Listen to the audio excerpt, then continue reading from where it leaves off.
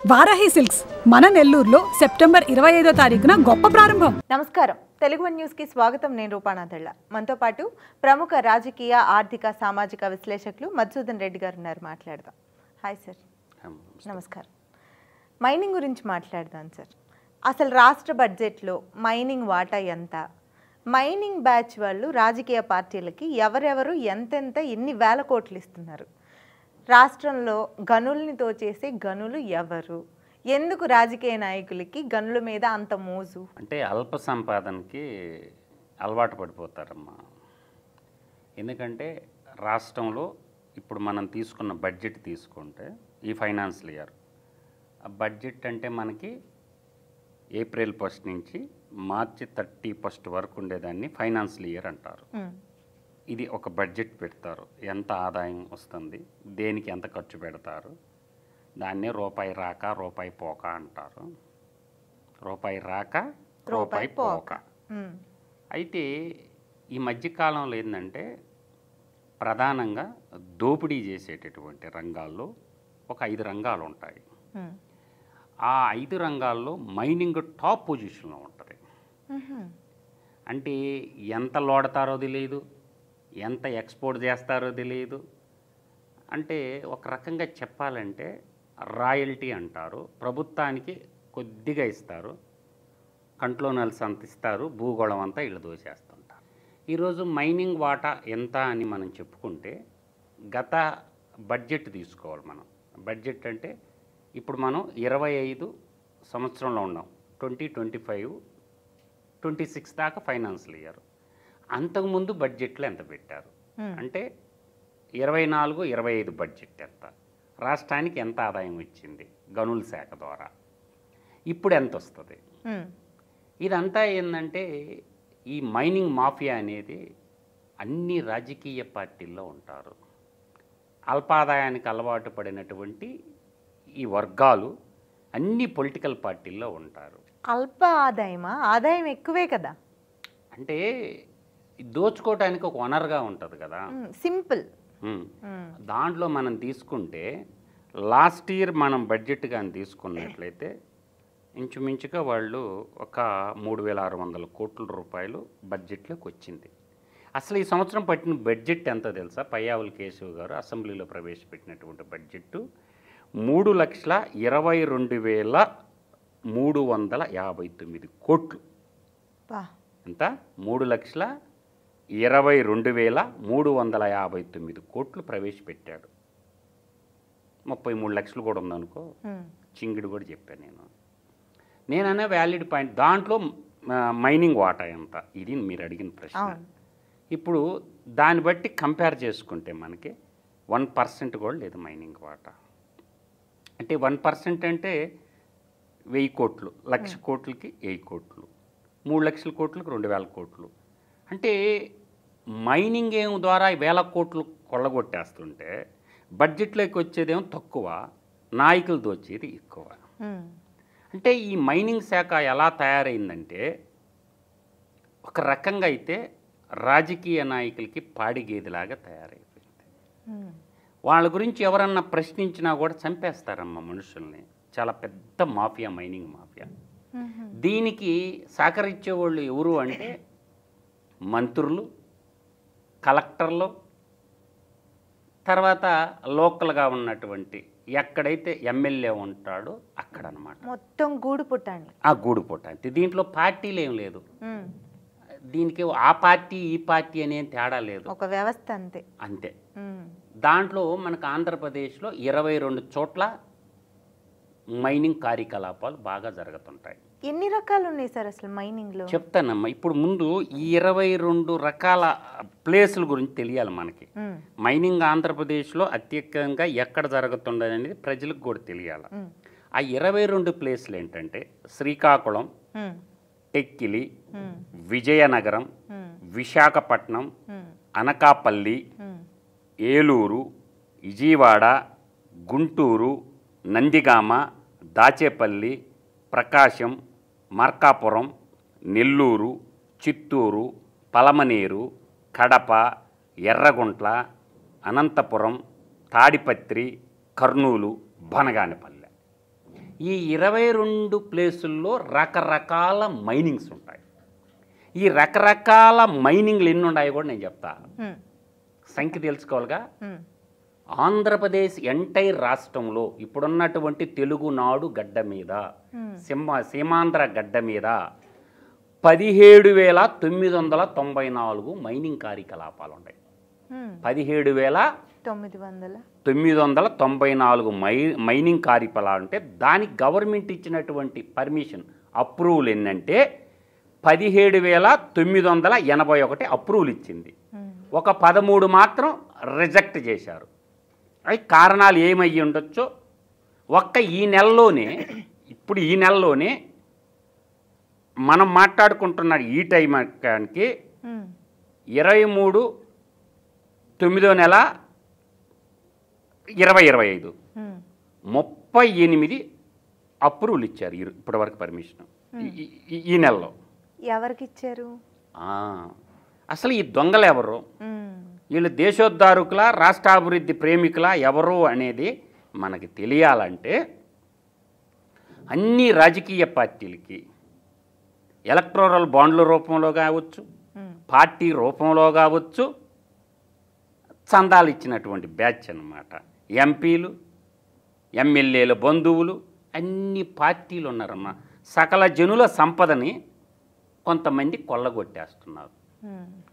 అంటే నిన్నించి నేను చెడితేని అని ఒక సామెత ఉంటుంది. మీకు బాగా స్కూల్లో టీచర్లు ఇద్దరు పిల్లోళ్ళు కొట్టుకుంటే ఈ చెవులు రెండు ఇటు పట్టుకొని ఆడి చెవులు ఈడి చెవులు పట్టించి పంతులు గుంజిలు తీపిస్తారు. ఒక డైలాగ్ చెప్పించేవాళ్ళు అనమాట. కొట్టినోడిని కొట్టించుకున్నోడిని ఇద్దరి చేత రెండు చెవులు మెలబెట్టుకొని గుంజిళ్ళు తింటారంటారు. డైలాగ్ ఏంటి? నిన్నించి నేను చెడితిని అని ఒక డైలాగ్ ఉంటుంది అన్నమాట. అట్లాగనే రాజకీయ పార్టీ ఏదైనా దోపిడీకి అనర్హతం కాదనమాట. అట్లాగా వీళ్ళ గురించి చెప్పుకుంటా ఉండాలంటే ఇప్పుడు ఎమ్మెల్యేలు ఒరే మీరున్నప్పుడు దోచుకుంటున్నప్పుడు ఇప్పుడు మేము అధికారంలో ఉన్నాం కదా మమ్మల్ని దోచుకొని ఇవ్వమంటే చెప్పి ఒకరు వాడు బొక్కలు ఈడు బొక్కలాడు బయట పెట్టుకుంటారు అసెంబ్లీ సాక్షిగా. నిన్న ఒక ఎమ్మెల్యే అయితే బోరున అతని మీద ఏదో నీలాప నిందలు వచ్చినట్టు ఆయన అసెంబ్లీలో గోడు నేను చేయలేదు, దోచినోడు వాడు అయితే నా మీద పడతారు ఏంటని చెప్పి ఎమ్మెల్యే నిండు అసెంబ్లీలో ప్రజా దేవాలయంలో తోడేళ్ల మంద మాట్లాడుకోవటం ప్రజలందరూ చూస్తూ ఉన్నారు. ఈరోజు నేనంటుండేది ఏంటంటే మైనింగ్ మినిస్టర్ కొల్లు రవీంద్ర గారిని శ్వేతపత్రం రిలీజ్ చేయి, ఎవరికి మైనింగ్ ఇచ్చావు, వాడు ఏ పార్టీలో ఉన్నాడు, వాడి ద్వారా ప్రభుత్వానికి రాయల్టీ ఎంత వచ్చింది, ఈ లిస్టు బయట పెట్టాలా. ఎవరు? మైనింగ్ మంత్రి, ఎక్సైజ్ మంత్రి కొల్లు రవీంద్ర గారు అసలు ఎవరెవరికి నువ్వు పర్మిషన్లు ఇచ్చావు. ఒక శ్వేతపత్రం అంటే ఏందో తెలుసమ్మా? శ్వేతవర్ణం అంటే వైట్ పేజీ, శ్వేతవర్ణం అంటే తెలంగాణ, కృష్ణవర్ణం, శ్వేతవర్ణం ఈ కొన్ని తెలియాలా. ఈ శ్వేత సౌధం అంటారు కదా మనకి, అమెరికా ట్రంప్ ఉండేదాన్ని ఆ తెల్లంగా పెయింట్ వేసి ఉంటారు. ఒక శ్వేతపత్రం రిలీజ్ చేయండి. దాంట్లో లాటరైట్ దొంగలెవరు, బాక్సైట్ దొంగలెవరు, బైరిటీస్ దొంగలెవరు, క్వార్జ్ దొంగలెవరు, ఈ దొంగలకి నాయకుడు ఎవరు, వేల కోట్ల రూపాయల గనులు కొల్లగొట్టినటువంటి కర్కోటక లాంటి గనులు మన ప్రజాప్రతినిధులమ్మ. దాంట్లో ఎటువంటి సందేహమే లేదు. ఆ సంపదనంతా దోచేసి ఈరోజు ప్రజలకి మేమేదో ప్రజాసేవకుల్లాగా చట్టసభల్లోకి వస్తున్నారు. ప్రజలకి ఎన్ని తెలియక 5 సంవత్సరాలకు ఒకసారి ఓటేస్తారు. అందువల్ల ఏంటంటే ఇప్పుడు ఈ గనుల విషయం నేను చెప్పినటువంటి ఈ 22 ప్రాంతాల్లో ఇప్పుడు ప్రకాశం చెప్పానమ్మా, ఏముంటుంది సార్? సేంకుర్తి గ్రానైట్ ఖనిజం ఉంటుంది. అదేవిధంగా రాజమండ్రి ప్రాంతానికి పై పక్కకు పోతే లాటరైట్ ఉంటుంది, అటుయాలకే బాక్సైట్ ఉంటుంది. ఇట్లా అన్ని ప్రాంతాల్లో అన్ని రకాల మినరల్స్ ఉంటాయన్నమాట. ఇప్పుడు నాపరాయి గనులు ఉంటాయమ్మా, ఎర్రగుంటలు అని చెప్పాను కదా నేను. భూగర్భంలో ఒక 5 అడుగులు లోపల పోతే ఇంక నాపరాళ్ళు వస్తానే ఉంటాయి. బేతంచెర్ల అని ఉంటుందమ్మా, కర్నూలు ఎమ్మిడి కోయిలగుంట్ల బేతంచెర్ల అని ఉంటారు. అక్కడ భూగర్భంలో ఒక 5 అడుగులు లోడితే ఇంక నాపరాళ్ళు వస్తానే ఉంటాయి. అర్థమవుతుందా? తాడిపత్రి చెప్పానమ్మా. తాడిపత్రి చుట్టుపక్కల ఏముంటాయి? సున్నపరాయి నిక్షేపాలు అధికంగా ఉంటాయి. మనం సిమెంట్ తయారు చేసుకోవాలంటే 2 పదార్థాలు మనకు కావాలా. సున్నపరాయి కావాలా, గనులు కావాలా, 2 ఏం కావాలా, లాటరైట్ కూడా కావాలా. సో ఈ 2 కావాలనుకున్నప్పుడు ఆ గనులు కాంట్రాక్టర్లు ఎవరికి కావాలా? ఆ సిమెంట్ ఫ్యాక్టరీ, ఇప్పుడు భారతీయ సిమెంట్ ఉంది, ఆ సిమెంట్కి మైనింగ్ 1000 ఎకరాలు ఎవరు కేటాయించారు? ఇప్పుడు ఎల్ఎన్టీ వాళ్ళది ఉంటుంది. అట్లా అన్ని రకాల సిమెంట్ గనులు కావాలా. ఇప్పుడు దాచేపల్లి ఉంది, పల్నాడు జిల్లాలో గనులు ఉంటాయి. ఏంది అది? సున్నపరాయి. సిమెంట్ తయారు చేసేటటువంటి గనులు అధికంగా ఉంటాయి. సిమెంట్ ఫ్యాక్టరీల వాళ్ళకి అవసరం. అదే అలాగే టెక్కిలు ఉంటుంది. ఇది కాకుండా మైనింగ్లో ఇంకా వస్తుందమ్మా గ్రానైట్, చేమకుర్తిలో ఉంటుంది. ఒక అదేనే కాదు, మట్టి. ఇప్పుడు మెరక తోలుకోవాలంటే మట్టి తోలుకోవాలా. ఒక ప్రాంతాన్ని ఐడెంటిటీ చేస్తారు, ఫారెస్ట్లో నుంచి మట్టి తోలుతారు, కొండల్ని కబలిచ్చేస్తూ ఉంటారు మట్టి. ఇంకా బిల్డింగ్ కట్టాలంటే ఇసుక కూడా మైనింగ్ కిందకే వస్తుంది. ఆ ఇసుక ఏం చేస్తుందంటే పైకేమో అంతా ఉచితం అని చూపిస్తారు, లారీలు దోచేస్తుంటారు. ఇప్పుడు మా పెన్నా నదిని అయితే కొల్లబొడి చేస్తారు. అట్టా కాదు, మా పెన్నా నదిలో ఇసుక సోన్సెల డ్యామ్ కానించి మొదలు పెడితే నైట్కి ఎన్ని టిప్పర్లు పోతున్నాయో కూడా ఎవడికి తెలియదు. అన్ని నదుల్ని చెరబెట్టేశారు. ఈ విషయం అంతా కలెక్టర్లకు కూడా తెలుసమ్మా. ఈ కలెక్టర్లే మైనింగ్ జరగలేదని ఒకే సంతకం, గత గవర్నమెంట్లో చూసావా, అందరు కలెక్టర్లు దొరికిపోయారు. ఒక అబ్బాయి సుప్రీంకోర్టులో కేసు వేసున్నాడు, అది హీరింగ్కి వచ్చింది. కలెక్టర్లు అందరూ శుద్ధపూసలు కాదు. ఈ యొక్క మైనింగు దోపిడీలో కలెక్టర్ల వాటా ఎంత? మంత్రుల వాటా ఉంటుంది, కలెక్టర్ల వాటా ఉంటుంది, స్థానిక ఎమ్మెల్యేల వాటా ఉంటుంది. ఆ ప్రాంతంలో నదీ పరివాహక ప్రాంతం ఉంటే చాలు, ఇంకా దానికే ఇంకా దోచేయటమే, అదుపు లేకుండా దోచేస్తారు. దీనికి ఏంటంటే పోలీస్ శాఖ ద్వారా ఎవరన్నా ప్రశ్నిస్తే పోలీస్ శాఖ ద్వారా వాడి మీద లేనిపోని కేసులు పెట్టి మమ్మల్ని ఎదిరిస్తారని పోలీస్ స్టేషన్లో పెట్టి కొడతారు. ఎవరు గవర్నమెంట్ ఉంటే వాళ్ళు అంటే ఎవడ రాజ్య కర్రన్నోడితే బర్రె, ఏందే కర్రన్నోడితే బర్రె. నువ్వేమో ఓటుకి 2000 1500 డబ్బులు తీసుకొని ఓటేస్తేవి, నీ సంపదను కొల్లగొడుతున్నారు. నువ్వు నిజాయితీగా ఓటేసి ఉంటే రాజకీయ నాయకులకు ఆ డబ్బు తీసుకోకుండా అందరూ అలా తీసుకోరులేండి. అందరూ ఏం సిగ్గు లేకుండా అడగతారు. నువ్వు ఎవరు సిగ్గుపట్టాల డబ్బులు తీసుకునే దాంట్లో కోటీశ్వరులు కూడా తీసుకుంటున్నారు. అందరూ అని మాత్రం నా దగ్గర అనుకో, నేను గ్రౌండ్ తిరిగేవాడిని. అందరూ అడిగి మరీ తీసుకుంటారు, రే వాడు మా డబ్బులే అని. ఓటు మాత్రం వాళ్ళకి నచ్చిన కాడ వేసి వస్తారు. మీకు సింపుల్గా చేస్తుందా? ఓటు మాత్రం ఇప్పుడు పసుపు కుంకం కింద 10,000 ఇచ్చారమ్మా చంద్రబాబు నాయుడు. ఇప్పుడు పొందుతుంది ఎలక్షన్కి ముందు ఇచ్చాడు పసుపు కుంకం, బాగా గుర్తుందా? 10,000 కోట్లు ఇచ్చిండు. ఏం చేసిండ్రు ఆడవాళ్ళు? జగన్ కుద్దారు, కుంకం రాశారు ఓటర్లు. అదే జగన్ కూడా నేను 5 ఏళ్లలో 2,72,000 కోట్లు పంచాను, అక్కలు అవ్వలు తాతల ప్రేమలు ఏమైనాయో వాళ్ళు ఏమంటారు, నీ అయ్యి ముళ్ళేమన్నా ఇచ్చినవా, నీ ఆస్తి ఏమన్నా నమ్మి మాకు ఇచ్చినవా, నువ్వు కొట్టేసిన దాంట్లో మిగిలిందే కదరా మాకు పంచిందని చెప్పి ఇప్పుడు కూటమి ప్రభుత్వానికి 164 సీట్లు ఇచ్చారు. మన కళ్ళ ముందు జరిగిందే కదా. శాసనసభలో శాసనసభ్యులు బీజేపీ ఎమ్మెల్యే నేను కూటమి ప్రభుత్వం నన్ను పట్టించుకోవట్లేదని ఆయన గోడు చెప్పుకుంటుంటే అసలు జనం ఎలా తీసుకుంటారు అనుకుంటున్నారు? నేననేది 1 by 1 చూడండి అమ్మా. రాయలసీమ ప్రాంతానికి వచ్చేసరికి మీరు బాగా ఆలోచన చేయండి.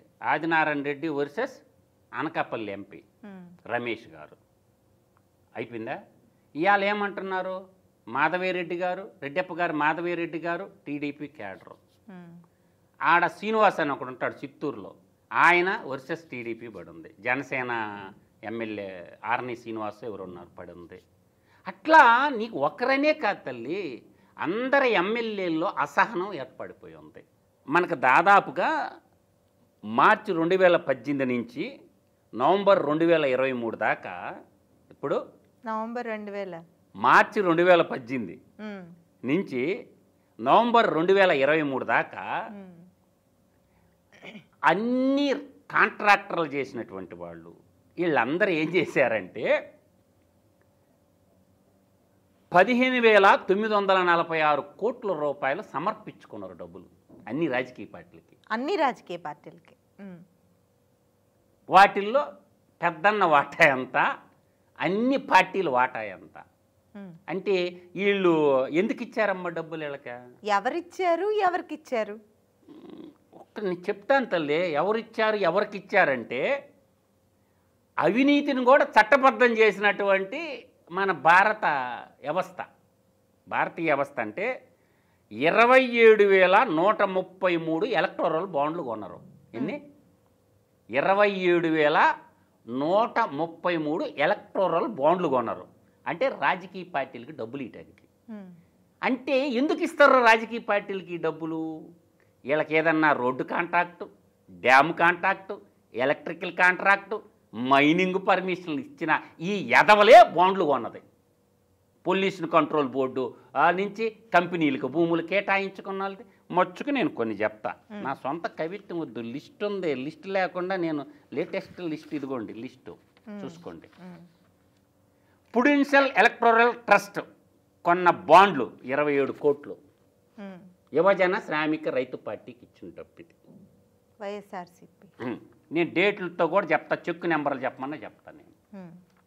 తర్వాత 3/6/2018, 26/2018, 24/3/2019, 30/3/2019 ప్రుడెన్షియల్ ఎలక్టోరల్ ట్రస్ట్ 27 కోట్లు.